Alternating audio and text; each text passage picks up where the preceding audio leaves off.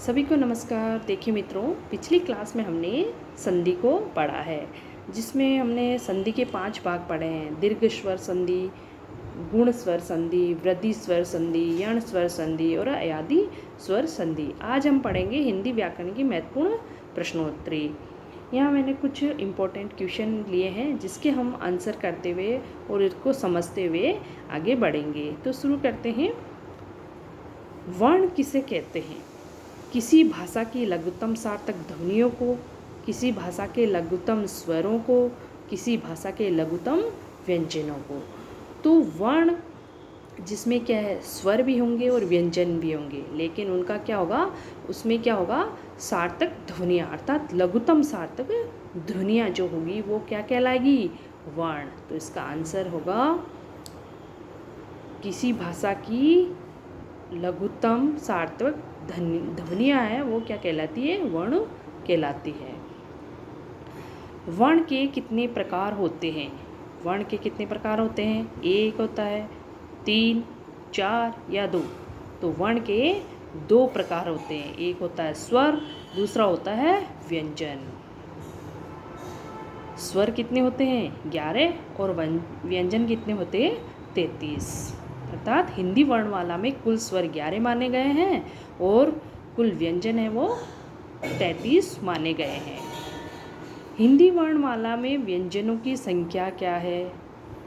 देखो, ए में दे रखा है 36, ब में है 33, स में है 38, द में है 30।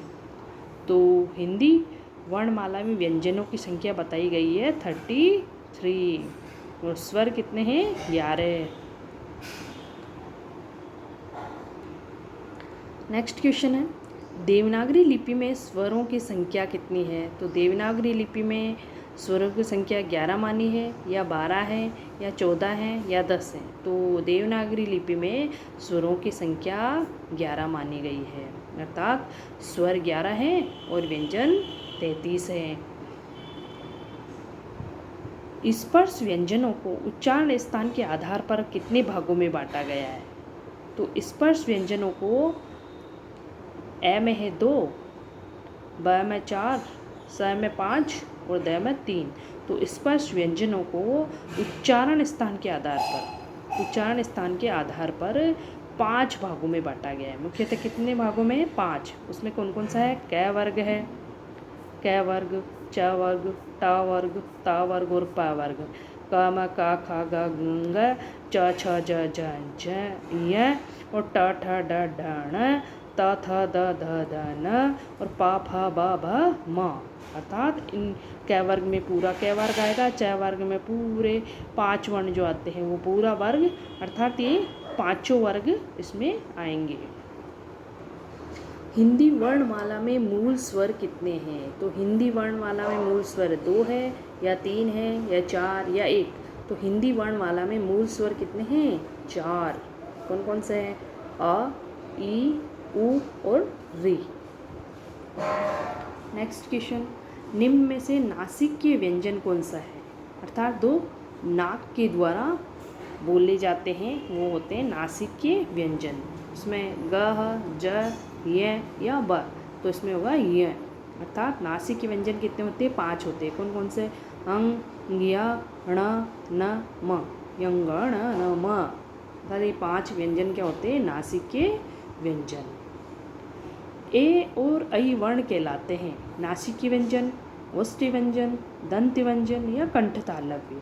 तो ए और ऐ वर्ण कंठ तालव्य कहलाते हैं। क्यों कहलाते हैं? क्योंकि इसमें ए और आ या ई और ई मिलके क्या होता है? ऐ होता है। और ए और आ और ए या ऐ मिलके क्या होता है? ऐ होते हैं। अर्थात ये ए और आ तो क्या किससे बोले जाते हैं? कंठ से। और ये बोले जाते हैं तालु से। इसीलिए क्या हो गया? कंठ तालव्य। इनमें से संयुक्त व्यंजन कौन सा है? क, ड, ड या ज। तो इसमें संयुक्त व्यंजन होगा ज। कैसे होगा? ये ज, धनु, ये 2 वर्णों से मिलकर बना हुआ है। संयुक्त व्यंजन कितने होते हैं? 4 होते हैं, क्ष, त्र, ज और स्र। तो क्ष का होगा क धन स, त्र का होगा त धन र, ज का होगा ज धन य और स्र का होगा स धन र। अर्थात क क्या होगा? हलंत इसमें त हलंत होगा, इसमें ज हलंत होगा, इसमें स हलंत होगा। क्ष ध्वनि किसके अंतर्गत आती है? क्ष ध्वनि किसके अंतर्गत आती है? तालव्य, घोषवर्ण, मूल स्वर या संयुक्त वर्ण। तो क्ष हमने पिछले क्वेश्चन में पढ़ा है, क्ष, त्र, ज और स्र किस में आते हैं? संयुक्त व्यंजन में। संयुक्त वर्ण जो है वो कितने होते हैं? 4। कौन कौन से होते हैं? एक तो होता क्ष, त्र, ज और एक ये स्र। ये होते हैं संयुक्त व्यंजन। अंतःस्थ व्यंजन कौन कौन से होते हैं? वो होता है जैसे इसमें भ और मैं, च, छ, य, व और फ। तो अंतःस्थ व्यंजन हमने पढ़ रखे हैं कि वो 4 होते हैं। कौन कौन से? य, र, ल, व। ये 4 क्या होते हैं? अंतःस्थ व्यंजन। श वर्ण किसके योग से बना है? क धन च से, क धन स से, क धन स से, क धन छ से। तो क धन स से जो वो संयुक्त व्यंजन जो होते हैं वो होते हैं 4, क्ष, त्र, ज और स्र। क्ष बनेगा क और धन स धन ए से, त्र बनेगा त धन र धन ए से, ज बनेगा ज धन य धन अ से, स्र बनेगा स धन र धन ए से। ज जो ज है वो किससे बना होता है? ज धन य से बना होता है, इसलिए इसका उच्चारण इसी तरीके से हमें करना चाहिए, ज।